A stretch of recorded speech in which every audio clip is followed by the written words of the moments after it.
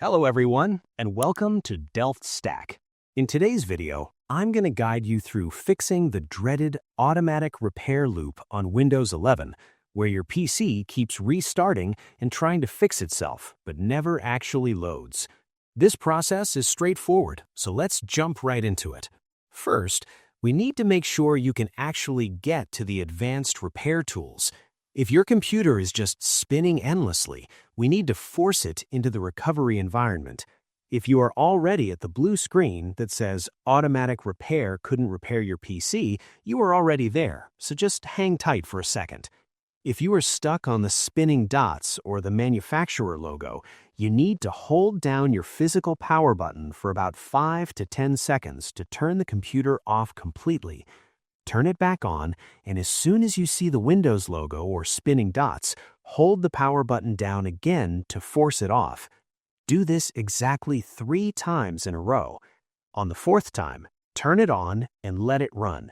You will see a message saying Preparing Automatic Repair, which will finally take you to the blue recovery menu. The easiest way to break the loop is to simply undo whatever recent change caused it, usually a bad driver or update, using System Restore.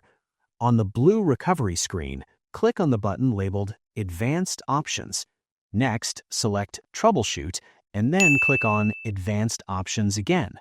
Look for the option that says System Restore and give that a click. You might need to click on your username and enter your password here. Once the wizard opens, choose a restore point from a date before this problem started, maybe yesterday or last week. Click Next, and then Finish. Windows will take a few minutes to revert your system files, and often this completely solves the loop without you needing to do any coding. If System Restore didn't work, or you don't have a restore point, we need to tell Windows to stop trying to fix itself and just boot up.